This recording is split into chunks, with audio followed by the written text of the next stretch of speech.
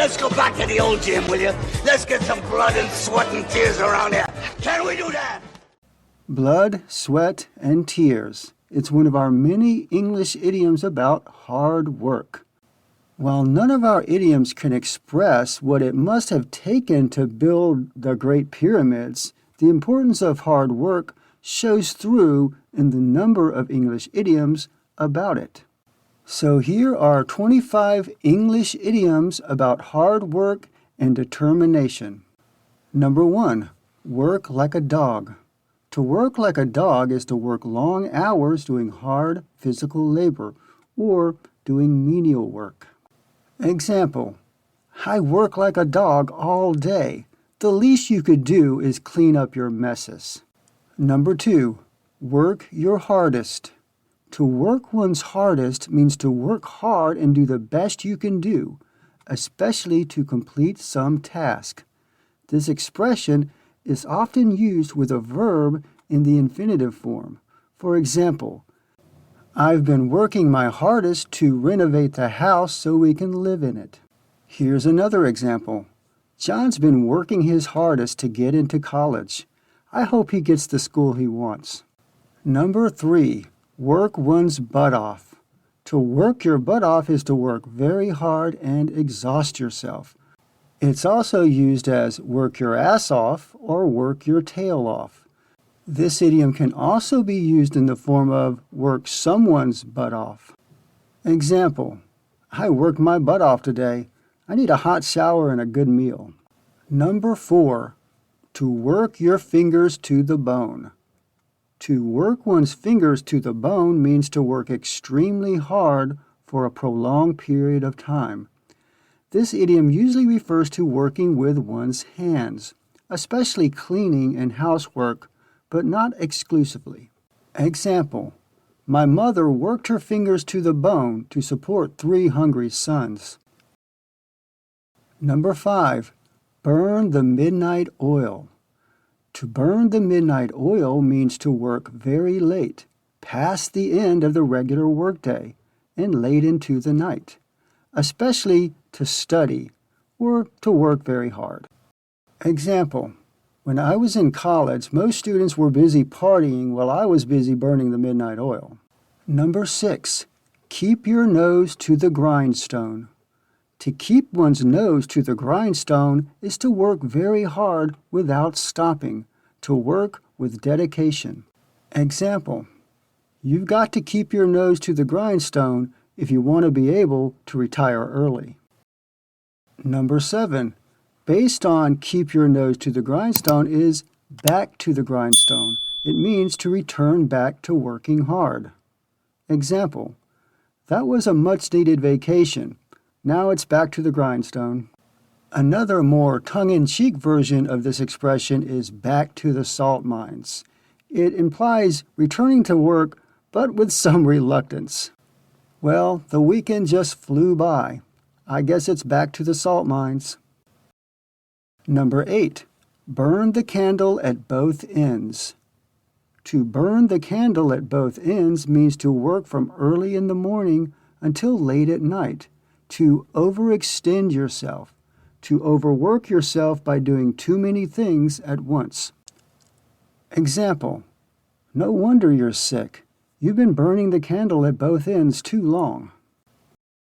Number 9, work 24/7. To work 24/7 means to work every day, all day long, to work a lot of overtime. Now in English, idioms using 24/7 allude to 24 hours a day, 7 days a week, or in other words, all the time. The following idioms all mean to make an effort. To make an effort means to try. Number 10, make an honest effort. To make an honest effort means to try with the best of intentions, to be earnest in one's efforts. Example, if you make an honest effort in this class, you will get a passing grade. Here are some other idioms that all mean to make a sincere effort and try to do something, even if you are not successful in the end, to do something as well as you can do it. Number 11. Give it the old college try. Example, I doubt I can beat you in chess, but I'll give it the old college try. Number 12. Give it your best shot. Example, it's unlikely I'll be able to open a restaurant, but I'm going to give it my best shot. Number 13. Do your best. Number 14. Do your level best. And number 15. Do your damnedest. Now, all of these are pretty much interchangeable, but the second two add more emphasis. Example, I did my level best to pass his class, but it just took up too much of my time. Just do your best. That's all anybody can ask. Number 16. Go the extra mile. To go the extra mile means to do more than is expected or is needed. To make a greater effort than is required. Example, if you go the extra mile at work, they just expect more from you without actually giving you any credit. Number 17. Above and beyond. To go above and beyond means the same as go the extra mile, to do more than is required or expected, but it's more emphatic, more dramatic even. The complete phrases go above and beyond the call of duty. Above and beyond can also mean in addition to something or more than. Example, the president gave my grandfather a medal for going above and beyond the call of duty. Number 18. Bend over backwards. To bend over backwards means to put a lot of effort into something, especially helping someone accomplish something. To go out of one's way to do something for someone else. Often, this idiom is used to express frustration when your efforts are not appreciated or seem to go unrecognized. Example, I bent over backwards to help you find an apartment and get a new car, and you don't seem to appreciate it at all. Or, you keep bending over backwards for him, and he treats you like dirt. Number 19. To give 110%. To give 110% means to try extremely hard to achieve something, to give everything possible of oneself in order to meet a goal, to make a great effort and to exert oneself to the fullest extent possible. It's especially used in sports. Example, you need to dig in and give 110% if we're going to win this game, said the coach. The phrasal verb dig in this sentence means to go to work with resolve. Consider it a bonus idiom. Number 20. Knuckle down or buckle down.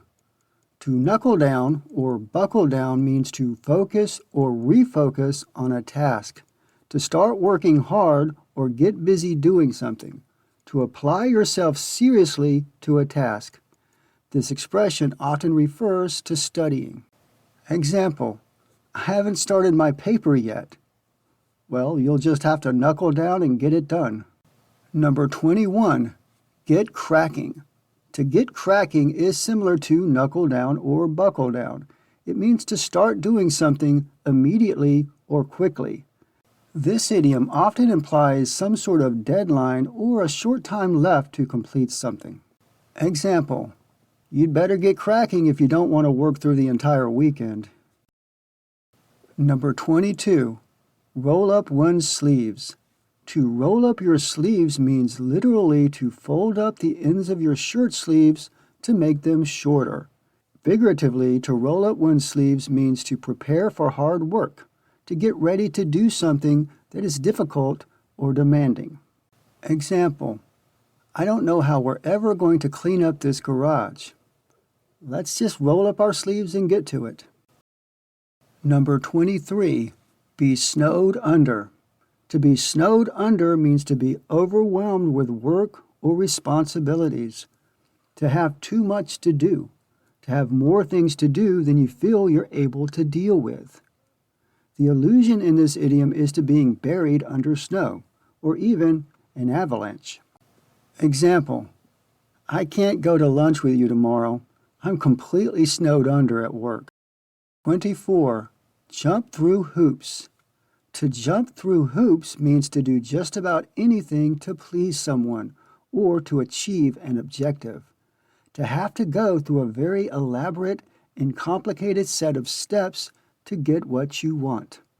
Jump through hoops is similar to bend over backwards, except bend over backwards doesn't imply being forced or required to do something. Example, it is not true that people on unemployment don't want to work. Most people will jump through hoops to get a job. Number 25. I'll end this list with the idiom I started with, blood, sweat, and tears. Blood, sweat, and tears is extremely hard work or intense, rigorous effort to do something that is very difficult to do. Blood, sweat, and tears tends to imply that one has suffered to accomplish something.